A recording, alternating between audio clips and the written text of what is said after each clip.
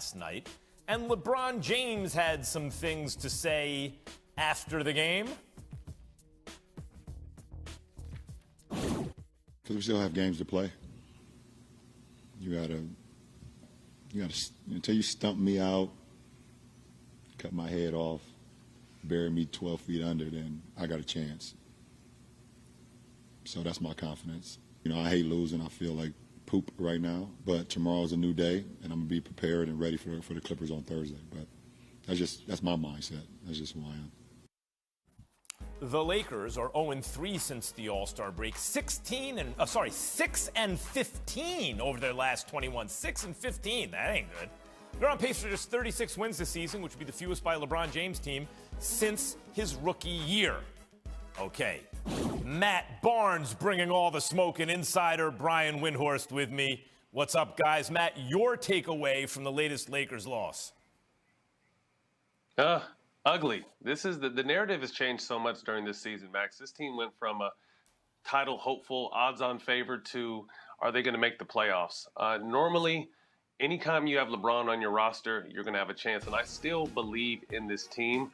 But I think what they did in the bubble in 2020, people don't really understand how hard it is. They've been putting a new team together every single year since LeBron has been there. And that is hard to do. They struck lightning in a bottle being able to win a championship in the bubble, but that is hard to do, and you're starting to see that. Everyone wants to say this is an experienced team. This is just an older team that's built for the playoffs. So if they're able to make the playoffs, I think, who knows if they'll win a championship, but I think we'll see better basketball because they have more time in between. It's about adjustments, and they have days off. Brian, your take on the situation in L.A.? Yeah, so they don't really have a choice, Max, because they don't have their draft pick this year under any circumstance. So it's not like a year ago Toronto was in this situation. They were not as good as they thought, and they kind of shut down and ended up striking lottery luck. The Lakers don't have that option. And the second thing is, like LeBron said, they do have the opportunity to catch some lightning in a bottle. There is some relevance to the fact that Anthony Davis, a top 15 player, is going to hopefully rejoin them within the month or so. And so that's what they're playing for. But I will say that, LeBron did lay the groundwork before the All-Star break that his knee is going to be bothering him the rest of the season.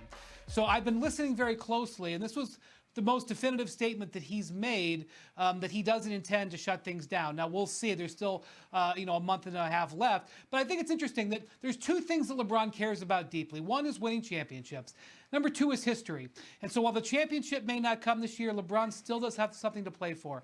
He's chasing Karl Malone. He should be able to catch him by the end of the season for number two, setting the stage in all-time scoring, setting the stage to catch Kareem Abdul-Jabbar next year. So LeBron will have motivation to play for that, and while he wouldn't admit that, it does matter. Matt, I remember, and I believe this was the year after you left the team. I was in L.A. doing radio and on the Lakers station, and they traded for Steve Nash and Dwight Howard, and that was and you were on the Clippers at that point, right? That was you had just been on the Pau Gasol, yep. Andrew Bynum team.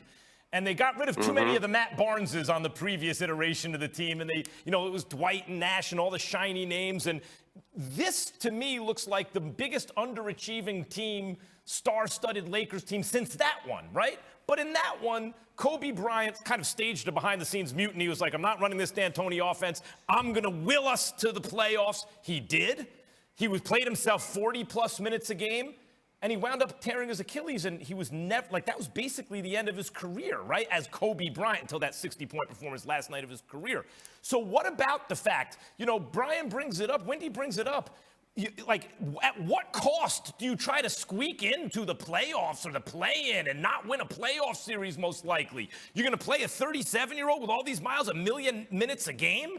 At what point does it get dangerous, Matt? This is going to be a tough call and a tough situation. Like Brian said, they can't tank or pack it in because they really have nothing to pack it in for. So it is going to be a tough call. And again, I think all the things that Brian mentioned, although they're not discussed, LeBron is very aware of what's going on. His level of play hasn't really dipped, to be honest with you. He's still playing at a great level. The question has arisen in the last few weeks. Although LeBron is a great player, can he still carry a team? That's a big question. And I think they were hoping that Anthony Davis obviously was going to be the one that was going to do a lot of heavy lifting and allow LeBron to really shine in the playoffs. AD has been in and out the whole season. So it's going to be interesting down the stretch to see how this team plays it.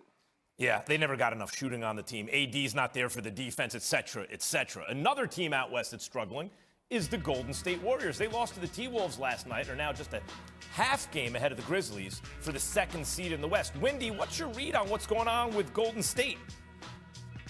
Yeah, they got three problems. Number one, Draymond Green is injured, and we still don't have a good timetable when he's coming back, which isn't a surprise because it's a back injury. Number two, they're just weak at the big man spot. Karl Anthony Towns did a number on them last night, especially when they had to take Kevon Looney off the court. And number three, their shooters are in a slump.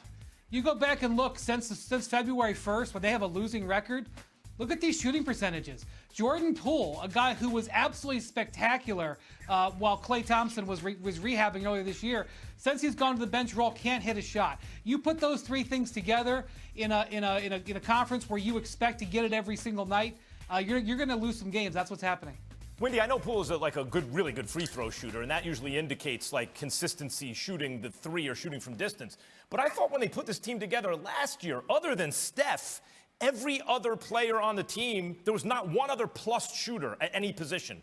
Like Wiggins had a great shooting, but his career doesn't tell you he's a plus shooter for a 2, right? Draymond can't shoot from the outside. He's not a plus shooter for a 4. They don't have the shooting, right? I mean, even Poole is not a great shooter until last year. They all kind of shot above their heads last year.